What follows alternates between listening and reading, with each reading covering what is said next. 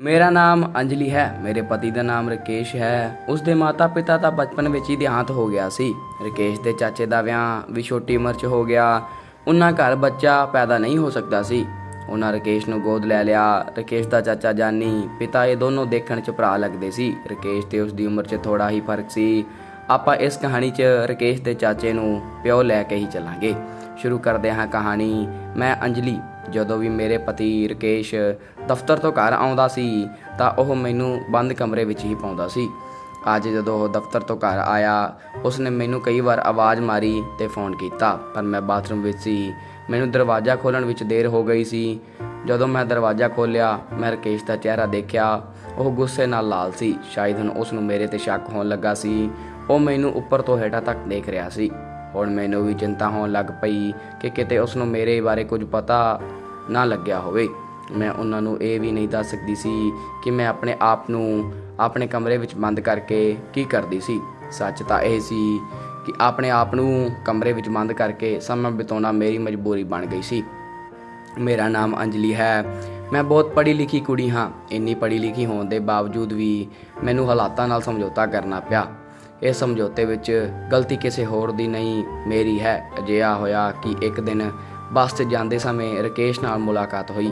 ਰਕੇਸ਼ ਬਹੁਤ ਖੂਬਸੂਰਤ ਸੀ ਤੇ ਰੱਬ ਨੇ ਵੀ ਸ਼ਾਇਦ ਸਾਨੂੰ ਮਿਲਾਣਾ ਸੀ। ਰਕੇਸ਼ ਦੀ ਟ੍ਰਾਂਸਫਰ ਸਾਡੇ ਆਫਿਸ ਹੋ ਗਈ। ਰਕੇਸ਼ ਨੂੰ ਜਦੋਂ ਪਹਿਲੀ ਵਾਰ ਦੇਖਿਆ ਸੀ, ਉਦੋਂ ਹੀ ਮੈਨੂੰ ਪਸੰਦ ਆ ਗਿਆ ਸੀ ਤੇ ਆਫਿਸ 'ਚ ਨਾਲ ਰਹੇ ਕਿ ਰਕੇਸ਼ ਵੀ ਮੈਨੂੰ ਪਸੰਦ ਕਰਨ ਲੱਗ ਪਿਆ ਸੀ ਤੇ ਸਾਡੇ ਪਿਆਰ ਦੀ ਗੇਮ ਸ਼ੁਰੂ ਹੋ ਗਈ ਸੀ।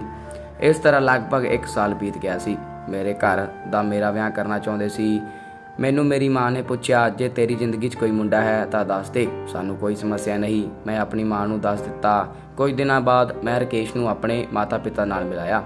ਉਸ ਨੂੰ ਦੇਖ ਕੇ ਮੇਰੇ ਮਾਤਾ ਪਿਤਾ ਖੁਸ਼ ਹੋਏ। ਰਕੇਸ਼ ਸੁੰਦਰ ਹੋਣ ਦੇ ਨਾਲ ਇੱਕ ਚੰਗੇ ਪਰਿਵਾਰ ਨਾਲ ਸੰਬੰਧ ਰੱਖਦਾ ਸੀ, ਇਸ ਲਈ ਮੇਰੇ ਪਰਿਵਾਰ ਵੱਲੋਂ ਨਾ ਕਰਨ ਦੀ ਕੋਈ ਚਾਂਸ ਨਹੀਂ ਸੀ।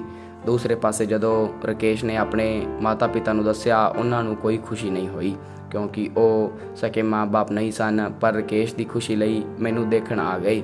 ਜਦੋਂ ਮੈਂ ਚਾਹ ਦੇਣ ਲਈ ਸਭ ਦੇ ਸਾਹਮਣੇ ਆਈ ਤਾਂ ਮੇਰੇ ਸਹੁਰੇ ਦੇ ਮੂੰਹ 'ਤੇ ਖੁਸ਼ੀ ਆ ਗਈ ਤੇ ਉਸਨੇ ਰਕੇਸ਼ ਨੂੰ ਕਿਹਾ, ਤੇਰੀ ਪਸੰਦ ਬਹੁਤ ਵਧੀਆ ਹੈ। ਰਕੇਸ਼ ਵੀ ਖੁਸ਼ ਹੋ ਗਿਆ, ਪਰ ਮੈਨੂੰ ਮੇਰੇ ਸਹੁਰੇ ਦੀ ਦੇਖਣੀ ਸਹੀ ਨਹੀਂ ਲੱਗੀ।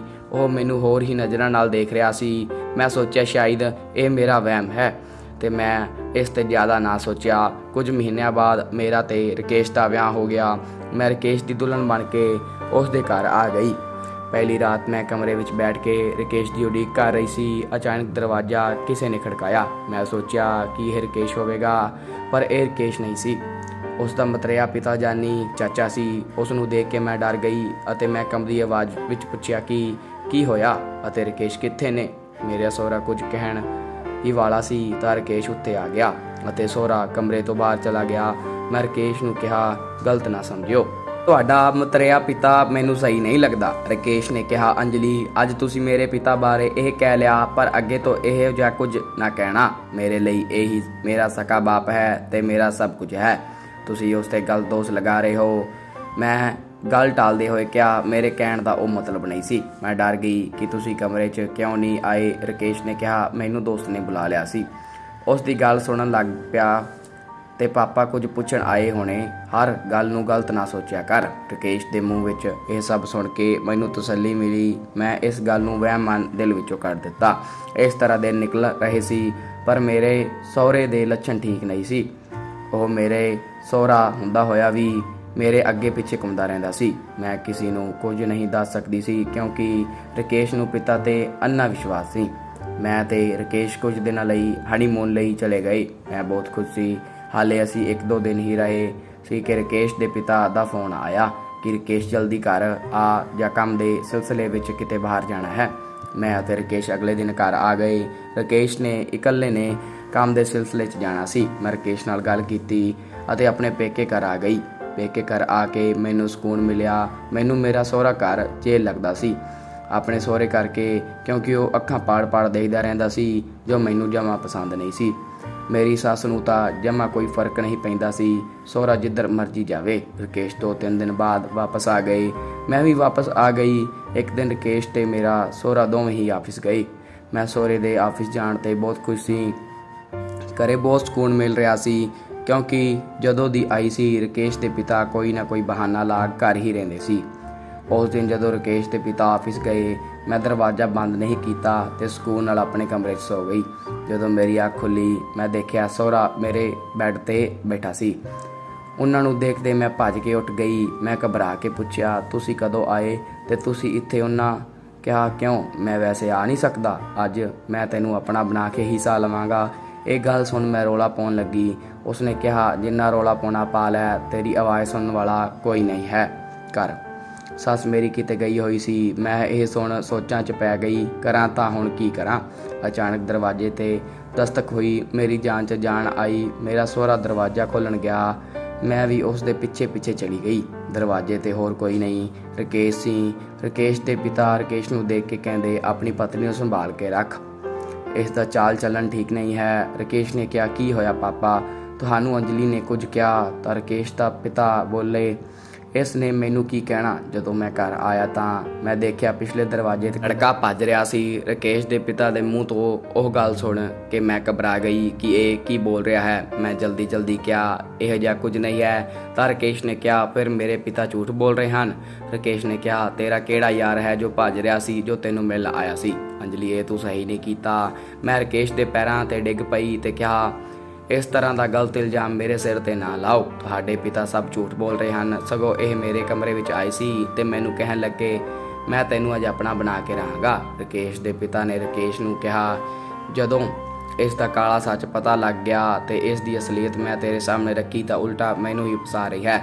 ਰਕੇਸ਼ ਨੇ ਕਿਹਾ, ਅੰਜਲੀ, ਹੁਣ ਇਸੇ ਟਾਈਮ ਤੂੰ ਮੇਰੇ ਘਰੋਂ ਨਿਕਲ ਜਾ, ਮੈਂ ਤੇਰੇ ਨਾਲ ਇੱਕ ਪਲ ਵੀ ਨਹੀਂ ਰਹਿ ਸਕਦਾ। ਮੈਂ ਰਕੇਸ਼ ਸਾਹਮਣੇ ਬਹੁਤ ਰੋ ਰਹੀ ਸੀ ਤੇ ਮਿੰਨਤਾਂ ਕਰ ਰਹੀ ਸੀ। ਮੈਂ ਗਲਤ ਨਹੀਂ ਹਾਂ, ਪਰ ਰਕੇਸ਼ ਨੇ ਆਪਣੇ ਪਿਤਾ ਦੀ ਸੁਣੀ, ਮੇਰੀ ਇੱਕ ਨਾ ਸੁਣੀ। ਰਕੇਸ਼ ਨੇ ਕਿਹਾ, ਤੂੰ ਤਿਆਰ ਹੋ ਜਾ, ਮੈਂ ਤੈਨੂੰ ਤੇਰੇ ਪੇਕੇ ਘਰ ਛੱਡ ਕੇ ਆਉਂਦਾ ਹਾਂ। ਤੇਰੇ ਵਰਗੀ ਬੇਵਫਾ ਨਾਲ ਮੈਂ ਇੱਕ ਮਿੰਟ ਵੀ ਨਹੀਂ ਰਹਿ ਸਕਦਾ। ਅਗਲੇ ਕੁਝ ਦਿਨ 'ਚ ਮੈਂ ਤਲਾਕ ਦੇ ਕਾਗਜ਼ ਭੇਜ ਦੇਵਾਂਗਾ, ਤੂੰ ਦਸਤਖਤ ਕਰ ਦੇਵੀਂ। ਰਕੇਸ਼ ਨੇ ਮੈਨੂੰ ਮੇਰੇ ਪੇਕੇ ਘਰ ਛੱਡ ਦਿੱਤਾ।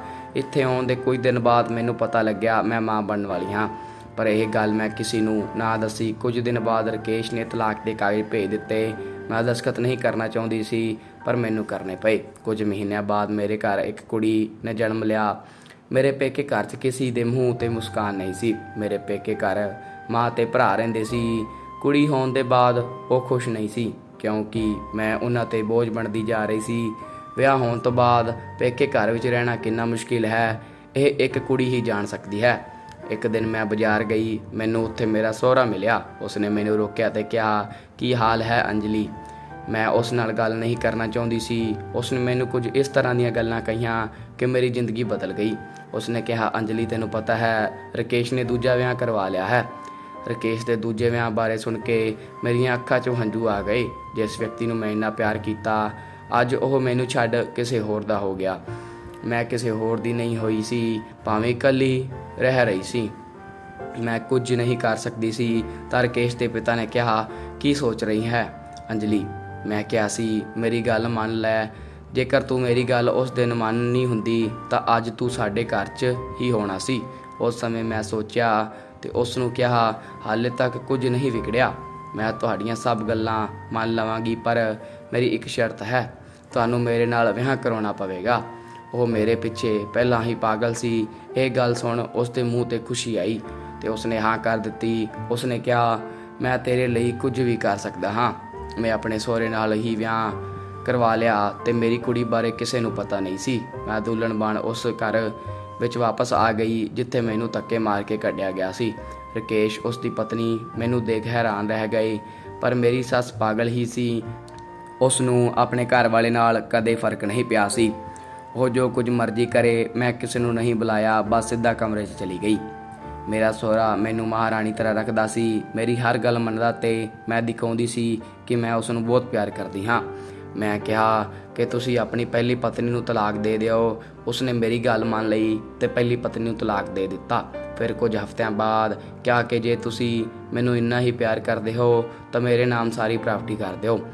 ਉਹ ਮੇਰੇ ਪਿਆਰ 'ਚ ਪਾਗਲ ਹੋ ਗਿਆ ਸੀ ਤੇ ਕੁਝ ਵੀ ਕਰ ਸਕਦਾ ਸੀ।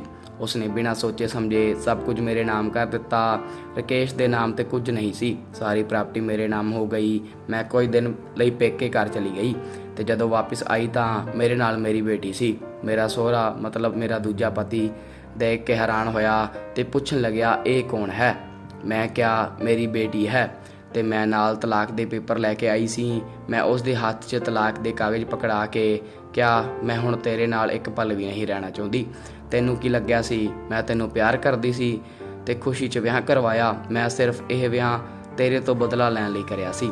ਮੈਨੂੰ ਤਲਾਕ ਚਾਹੀਦਾ ਹੈ ਤੇ ਮੈਂ ਦਸਤਖਤ ਕਰ ਦਿੱਤੇ ਹਨ। ਮੇਰਾ ਦੂਜਾ ਪਤੀ ਮੇਰੇ ਪੈਰਾਂ 'ਚ ਪੈ ਕੇ ਮਿੰਨਤਾਂ ਕਰ ਰਿਹਾ ਸੀ, ਇਸ ਤਰ੍ਹਾਂ ਨਾ ਕਰ ਅੰਜਲੀ, ਮੇਰੀ ਜ਼ਿੰਦਗੀ ਖਰਾਬ ਹੋ ਗਈ। ਉਸ ਨੂੰ ਰੋਂਦਾ ਦੇਖ ਮੈਨੂੰ ਸਕੂਨ ਮਿਲ ਰਿਹਾ ਸੀ ਤੇ ਮੈਂ ਕਿਹਾ ਜਿਸ ਦਿਨ ਮੇਰੀ ਜ਼ਿੰਦਗੀ ਖਰਾਬ ਹੋਈ ਤਾਂ ਕਿਸੇ ਨੇ ਮੇਰੀਆਂ ਚੀਕਾਂ ਦੀ ਆਵਾਜ਼ ਨਹੀਂ ਸੁਣੀ ਸੀ। ਰਕੇਸ਼ ਕੋਲ ਸਭ ਦੇਖ ਰਿਹਾ ਸੀ, ਸ਼ਾਇਦ ਉਸ ਨੂੰ ਵੀ ਗਲਤੀ ਦਾ ਅਹਿਸਾਸ ਹੋ ਗਿਆ ਸੀ। ਮੈਂ ਰਕੇਸ਼ ਨੂੰ ਕਿਹਾ ਇਹ ਤੇਰੀ ਤੇ ਮੇਰੀ ਧੀ ਹੈ, ਇਸ ਤੇ ਮੈਂ ਤੁਹਾਡਾ ਸਾਇਆ ਵੀ ਨਹੀਂ ਪੈਣ ਦੇਵਾਂਗੀ। ਮੈਂ ਤਲਾਕ ਦੇ ਪੇਪਰ ਦੇ ਵਾਪਸ ਪੇਕੇ ਘਰ ਆ ਗਈ।